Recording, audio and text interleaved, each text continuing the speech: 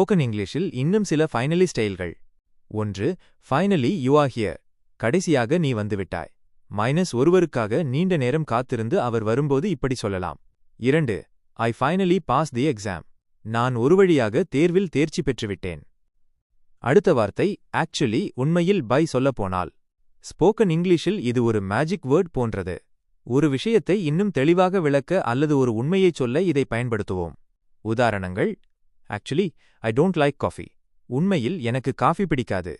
Actually the movie was quite good. சொல்லப்போனால் அந்த படம் நன்றாகத்தான் இருந்தது. உங்களுக்கான சவால் டாஸ்க். யாராவது உங்களிடம் நீ சென்னைக்கு சென்றாயா என்று கேட்கிறார்கள். அதற்கு நீங்கள் உண்மையில் நான் மதுரைக்குச் சென்றேன் என்று சொல்ல வேண்டும்.